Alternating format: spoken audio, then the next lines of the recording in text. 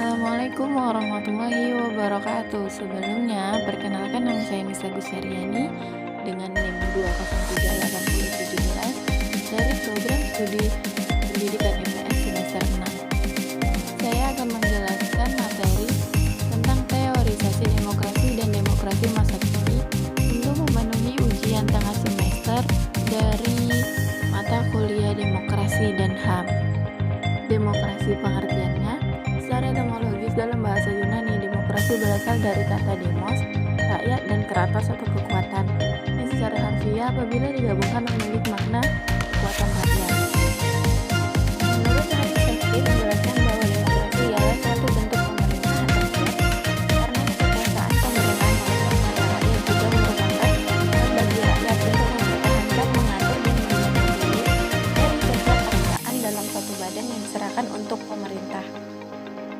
Yang kedua, demokrasi dalam pandangan John Locke bukan hanya sekedar pemerintahan yang dijalankan oleh rakyat atau perwakilan dari rakyat yang tugas-tugasnya telah diatur dalam konstitusi yang dibuat oleh pendiri suatu negara, namun juga bagaimana sistem pemerintahan tersebut siap untuk melindungi dan mengayomi hak-hak dasar warga.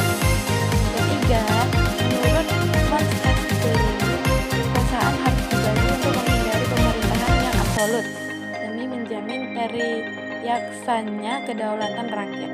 Adapun teori-teori demokrasi, yang pertama teori demokrasi klasik, yaitu demokrasi klasik lahir di Yunani kuno mempunyai pendukungnya yaitu Plato, Aristoteles, Polybius, dan Thomas Aquino. Menurut Plato, demokrasi punya kekuasaan di tangan rakyat sehingga kepentingan rakyat lebih diutamakan. Selain itu, rakyat diberi kebebasan dan kemerdekaan, tetapi jika tidak terkendali akan menimbulkan anarki. Jadi demokrasi klasik adalah warga negara seharusnya menikmati kesetaraan dalam politik.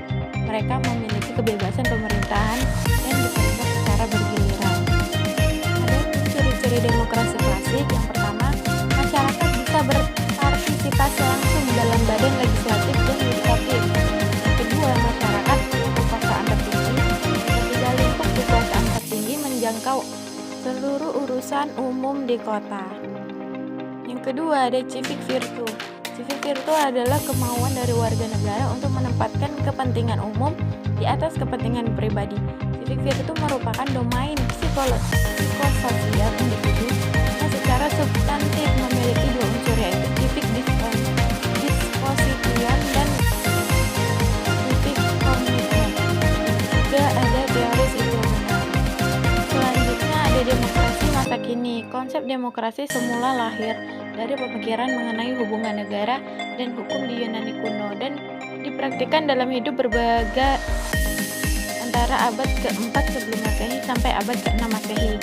Demokrasi yang dilaksanakan pada waktu itu ialah demokrasi langsung, yaitu seluruh warga langsung terlibat dalam pengambilan keputusan. Hal tersebut dikarenakan pada waktu itu negara masih sangat sederhana, hanya berbentuk negara kota yang penduduknya hanya lebih kurang 300.000 jiwa. Selain itu, ketentuan-ketentuan demokrasi hanyalah berlaku bagi warga negara yang resmi dan hanya sebagian kecil dari seluruh penduduk. Gagasan demokrasi lenyap setelah bangsa Romawi dikalahkan oleh suku Eropa Barat. Masyarakat Eropa Barat pada abad pertengahan dicirikan oleh struktur sosial yang feodal. Kemudian, sosial dan spiritualnya dikuasai oleh paus dan pejabat-pejabat agama. Sedangkan kehidupan politiknya ditandai oleh perebutan kekuasaan di antara para bangsawan. Pada abad pertengahan lahir dokumen Magna Carta, yaitu perjanjian antara beberapa bangsawan dengan Raja John di Inggris, bahwa raja mengakui dan menjamin beberapa hak dan privilege, dan bahwasannya sebagai imbalan ialah menyerahkan dana bagi keperluan perang dan lain-lain. Ada dua prinsip dalam Magna Carta. Yang pertama, kekuasaan raja harus dibatasi. Yang kedua, HAM lebih penting daripada kedaulatan raja.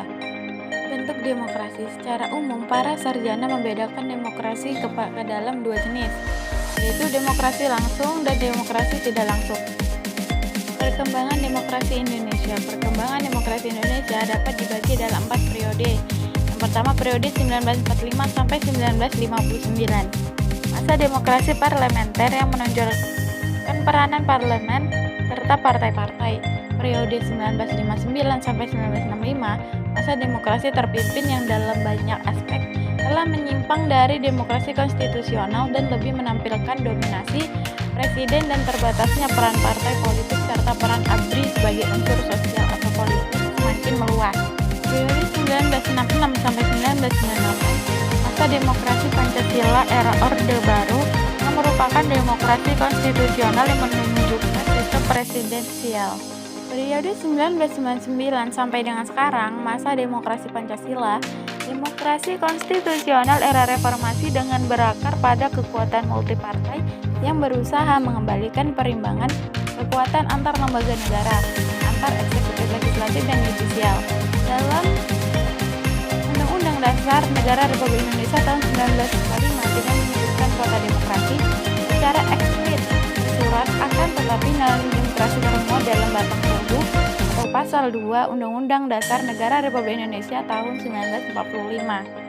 Nilai-nilai demokrasi misalnya dapat dilihat dalam ketentuan pasal 1 ayat 2 Undang-Undang Dasar 1945 yang menyatakan bahwa kedaulatan berada di tangan rakyat dan dilaksanakan berdasarkan Undang-Undang Dasar. Selain itu, nilai-nilai demokrasi juga dapat dilihat dari ketentuan pemilihan umum dalam pasal 22 Undang-Undang Dasar 1945 yang berasaskan luber-jurdil serta pemilihan kepala daerah secara demokratis. Mungkin cukup sekian presentasi dari saya akhiri. Assalamualaikum warahmatullahi wabarakatuh.